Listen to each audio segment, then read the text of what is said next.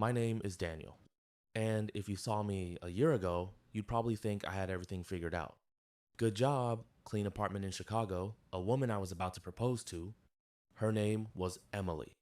4 years together, plans, rings, bookmarked. Conversations about kids that felt real, not hypothetical. I trusted her so much, it never even crossed my mind to doubt her. That was the first mistake. It didn't explode. No dramatic reveal, no lipstick on a collar. It started with silence.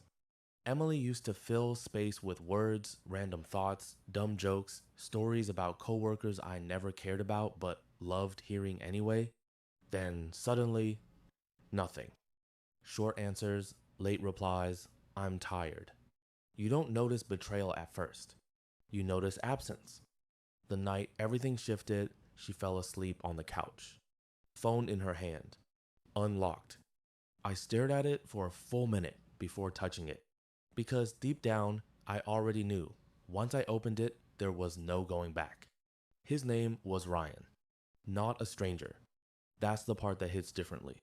Ryan, a guy I'd had beers with, laughed with, he'd been in my apartment, sat on my couch, looked me in the eye. There were messages going back months. Not just flirting, plans, hotels, photos I wish I could erase from my brain. And the worst part? They joked about me. I didn't throw the phone. I didn't wake her up.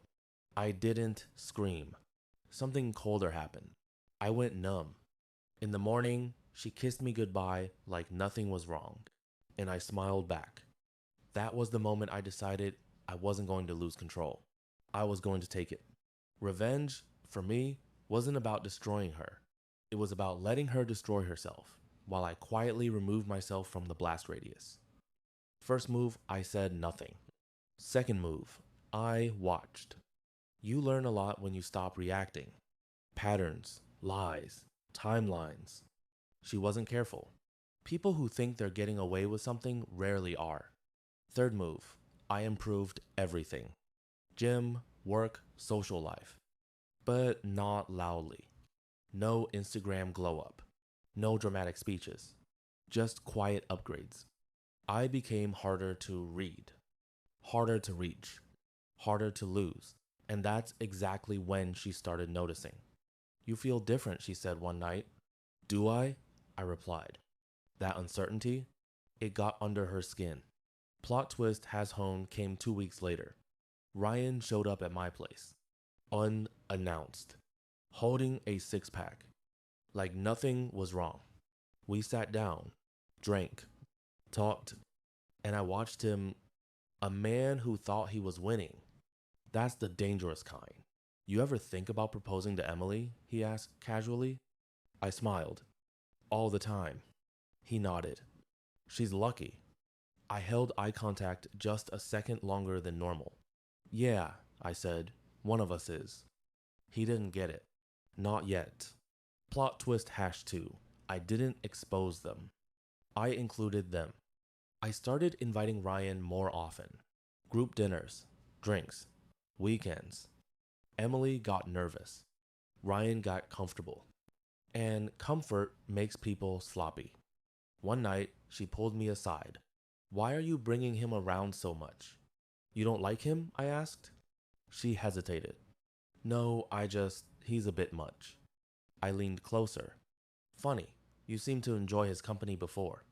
Her face froze. Just for a second. But I saw it. Now she knew. Or at least she suspected. And that's when the real pressure began. Plot twist hash 3, I let her confess. Not because I needed the truth, because I wanted to see how she would tell it. It happened at 2 a.m. Tears, shaking hands. I made a mistake. Classic. Always a mistake. Never a series of choices. With who? I asked calmly. She whispered his name, like I didn't already know.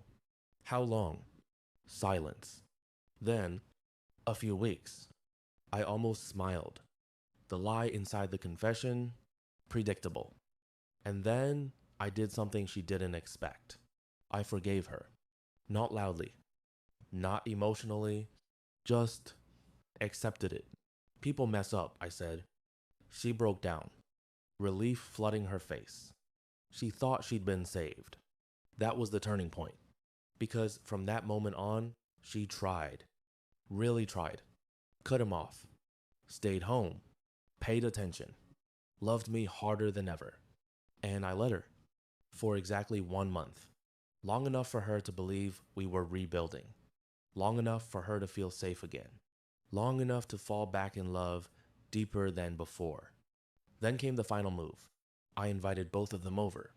Same night. Same room. Emily didn't know Ryan was coming.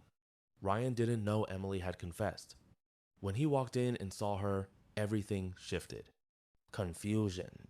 Panic. Realization. I poured drinks. Calm. Controlled. We should talk, I said. No yelling. No chaos. Just facts. I laid everything out. Messages. Dates. Lies. Not dramatically. Precisely. Then I leaned back. Here's the thing, I said. You didn't betray me once. You built a whole S.